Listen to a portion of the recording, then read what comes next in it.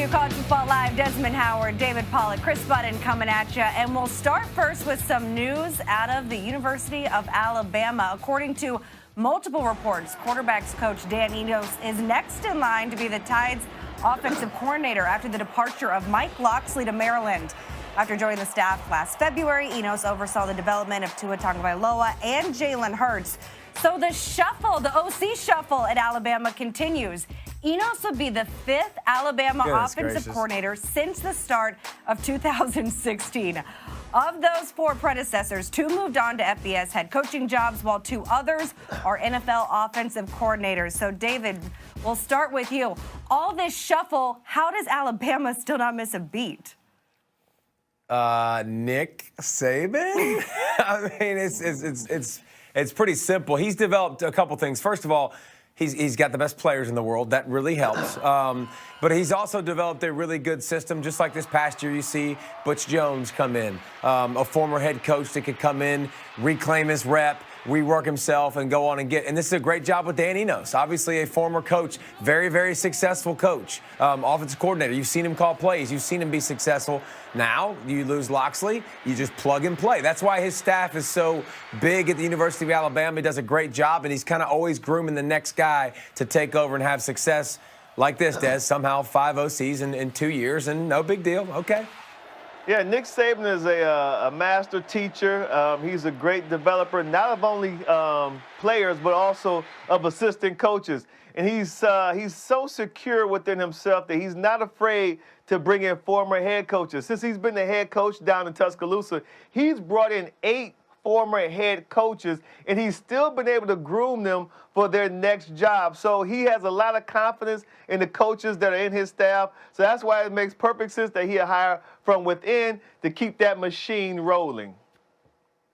So you mentioned this trend of him of filling the jobs from within, but we don't see that a lot from the other Power 5 schools. So why do you think that he doesn't look outside? Well, he has a lot of confidence in his staff, and he looks outside to bring guys into his staff. He's always bringing in new head coaches. Well, did he just bring in Butch Jones from Tennessee like a year ago? So he's always bringing in new coaches, but they're coaches that he has a lot of confidence in. He's had his eye on, and probably guys that he's coached against too. So therefore, he understands their pedigree. He understands what they bring to his system. But then, like I said, he's a master teacher. He breaks them down, and then he develops them into what he needs as far as his offense, defense, and special teams needs are. And then he hires within because he understands that at this point, they have fallen in line with the Nick Saban way.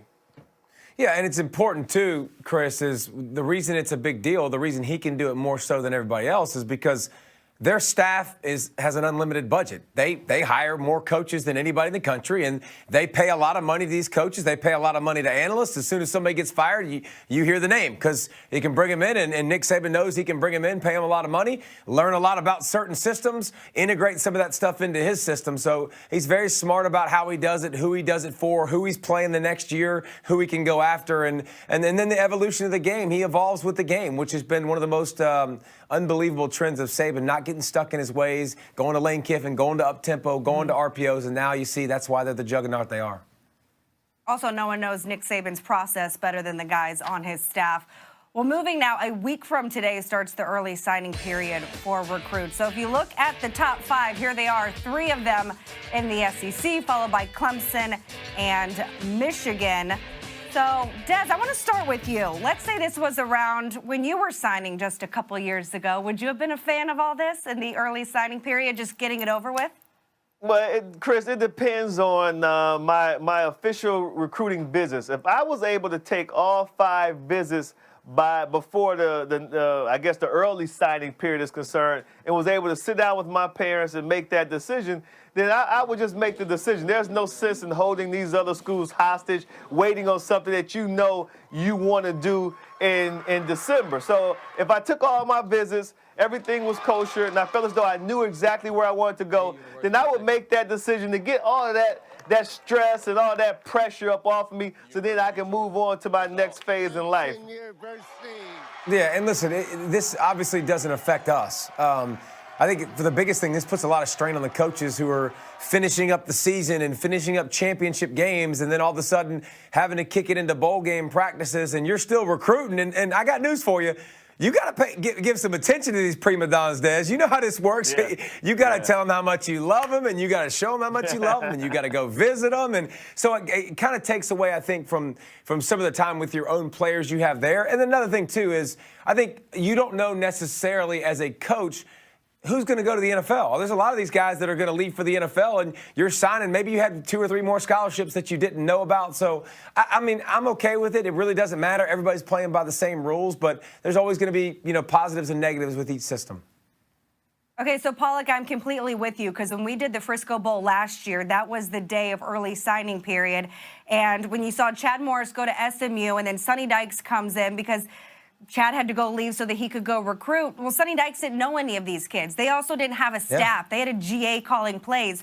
So at that point, has all this become a detriment to the players still on the team? At that point for SMU, none of those seniors had even played in a bowl game, and this was their one shot. Yeah, no, it's going to be part of it. But, I mean, obviously you have to worry about recruiting and you have to worry about the future, and that's part of the drawback. But, listen, it doesn't matter. There's always going to be consequences regardless one way or another.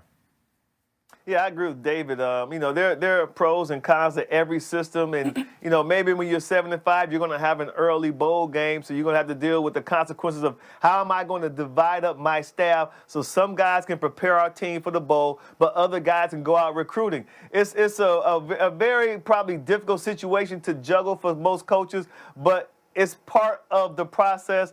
And I think that at the end of the day, they do a pretty decent job in trying to handle it. The situation you spoke of, Chris, is just a really, really odd situation. We have a new coach coming in with such short notice and has to coach the bowl game. You don't see that often. Well, we showed all that video of players signing. I tried to get you guys' video, but they couldn't convert beta VHS video to nowadays how it works. Okay, speaking of bowls, the playoffs begin on December 29th on ESPN. We'll have the college football playoff semis. We'll kick things off with number 2 Clemson, number 3 Notre Dame in the Goodyear Cotton Bowl Classic at 4 p.m. Eastern, 1 Pacific. Then it's number 1 Alabama, number 4 Oklahoma in the Capital One Orange Bowl.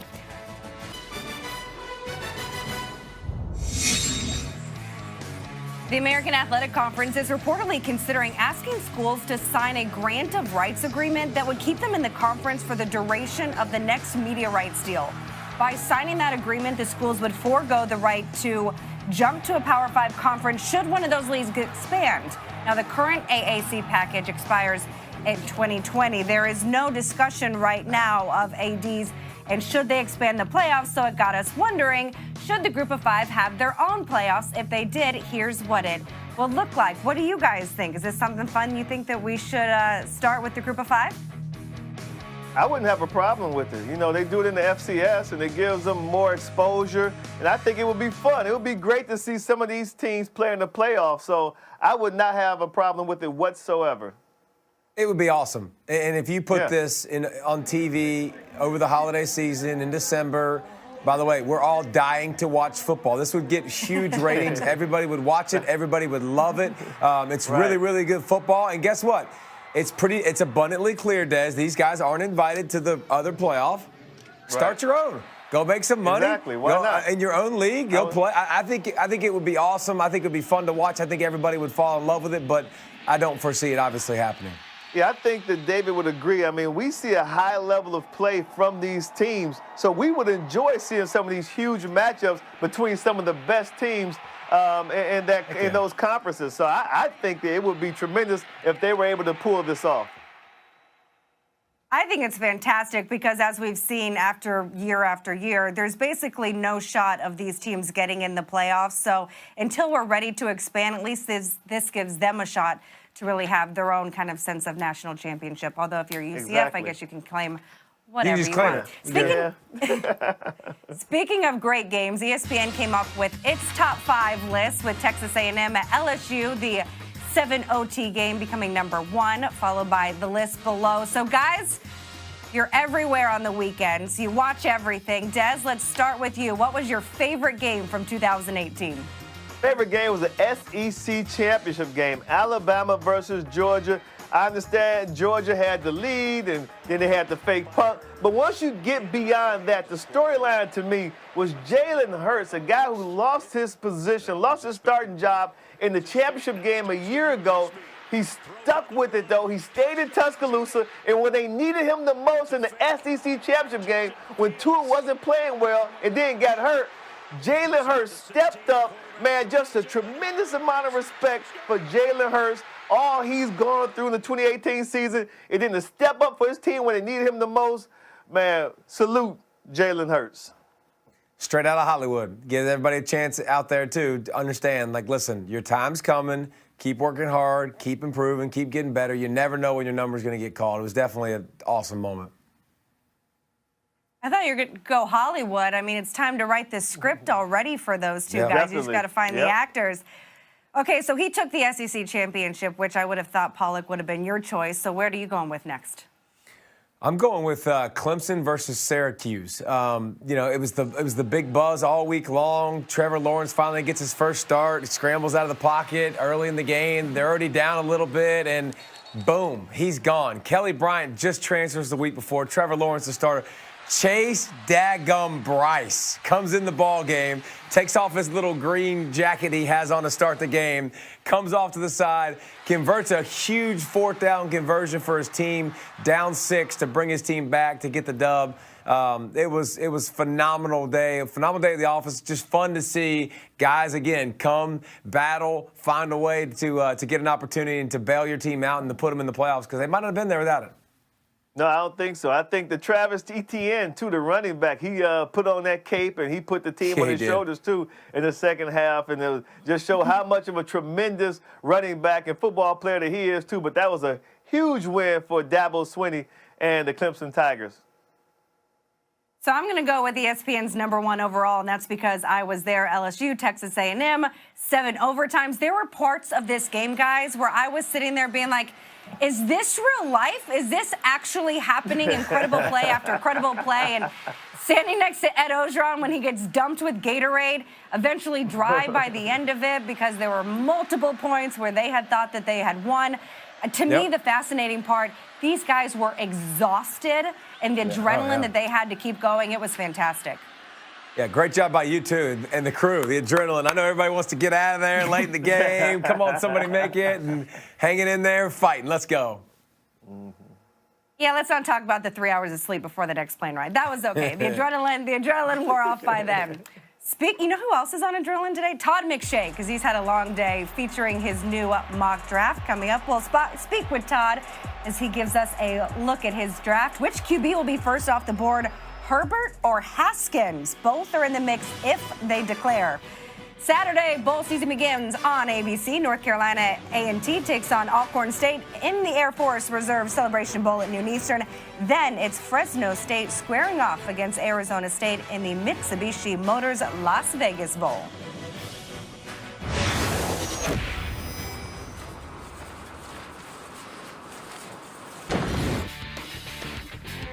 Welcome back. With the holidays here, we get our annual Christmas present from our own Todd McShay. His mock draft version 1.0 is up on ESPN.com, and his top 5 are all defensive linemen, led by Ohio State's Nick Bosa. Thanks so much for joining us, Todd. So you have Bosa going #1 to the Arizona Cardinals.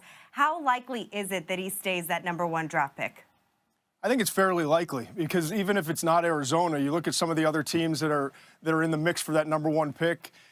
San Francisco being the next team up, they need edge rushers. The New York Jets, edge rushers. So, and there's really, it comes down to defensive line. The first 5 picks in this are all defensive linemen. So to me, this is a group where you're going to take either a defensive tackle or a defensive end at the top. None of these teams drafting at the top, which is unique, needs a quarterback. So Nick Bosa, to me, I know everyone talks about just 3 games and he didn't come back and he quit the team, and you can look at all the negatives you want, but watch the tape, and this guy plays his tail off just like his brother Joey, and he plays with great hands. He's a technician, and he'll play the run and get after a quarterback. So to me, he's a complete player and the most complete player in this class. One of the things I thought was interesting before the year started, we always talked about Ed Oliver. He started at number 2. He's now fallen to number 12, going to the Cleveland Browns. What do you attribute that slide to?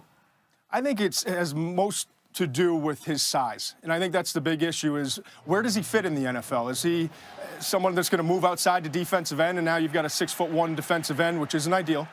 Or do you keep him inside as a 3 technique and that doesn't, it doesn't fit every scheme? And how many plays can he play? Can he hold up versus the run in the NFL consistently at that size? So I think he's a great player. I really do. And none of this, him moving down a little bit, and we're still talking about a top 12 pick. But him moving down a little bit has to do everything to, on the field and scouting and evaluating him, and nothing to do with the major Applewhite incident on the sideline and not finishing the season with Houston. Not that defensive linemen aren't interesting, but everyone wants to know about the quarterbacks. Dwayne Haskins and Justin Herbert are your top 2 quarterbacks. Who do you see going first?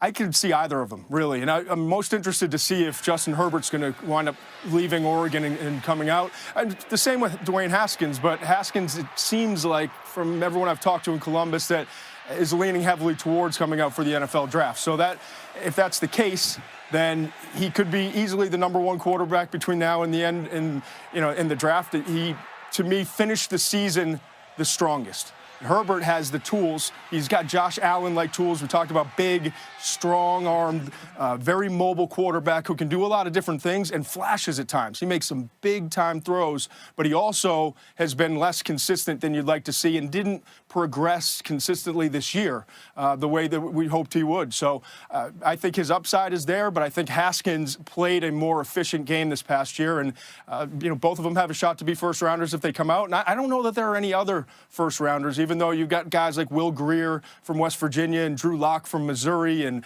Daniel Jones from Duke, Ryan Finley from North Carolina State. So there's a lot of other guys that fit in that second, third round range, but I think that these are the only 2 that are likely to be first-round picks. Well, it's certainly not the year that we saw last year where 4 quarterbacks went in the top 10. So I'm curious, let's say Justin Herbert was to come out last year if he was able to. Where do you think he would have gone? I think he probably would have been the 5th quarterback after the first 4 that went in the top 10. We broke a record. We got spoiled last year with those 4 guys in the top 10 picks. That never happens. And so you've got Lamar Jackson being the 5th one. I think he would probably be in between there, maybe a little bit ahead of Lamar Jackson just because of the potential as a passer. But right now, if I had to compare to those 4 guys, I would say he would be about 5th and probably would have been a mid to late round pick, depending on if a team was looking to take a quarterback at that point. Mid to late first-round pick, I should say. Thank you so much. Well, it's been a long day for you. You've been up talking about the mock drafts all day long, so we appreciate you joining us, Dad. Thanks, Chris. Let's take a look at our Capital One Bowl Mania preview. Temple will take on Duke in the Independence Bowl on December 27th in Shreveport. The Owls have played strong down the stretch while the Blue Devils looking to earn their 3rd straight bowl win. Take a listen to Temple interim head coach Ed Foley on his team's attitude heading into Shreveport. But our football team is going to come down here ready to play. We're going to practice really hard. We're going to play really hard. I hope that we play well, but I know that we'll play hard.